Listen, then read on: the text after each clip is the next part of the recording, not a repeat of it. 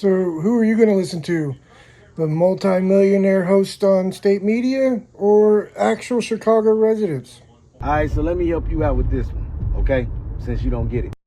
I literally live around the corner from where that happened at, okay? And not all black people were detained. It was just a couple of black folks in a building that nobody was supposed to be in. Yeah, they didn't tell you that narrative, that nobody was supposed to be in that building. Nobody. Also, that's a building full of clucks. You do know what clucks is, right? Also, the Venezuelans went through that building and took over the whole building. Not forcefully, but they just started moving in apartments they ain't had no business moving into. Also, it's a lot of Venezuelans that look black. You know, like Cubans and Dominicans.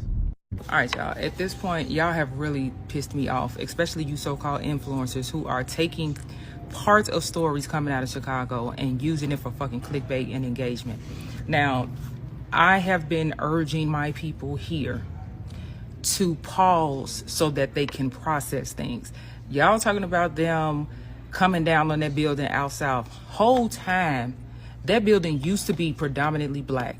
That building was predominantly Venezuelans, okay?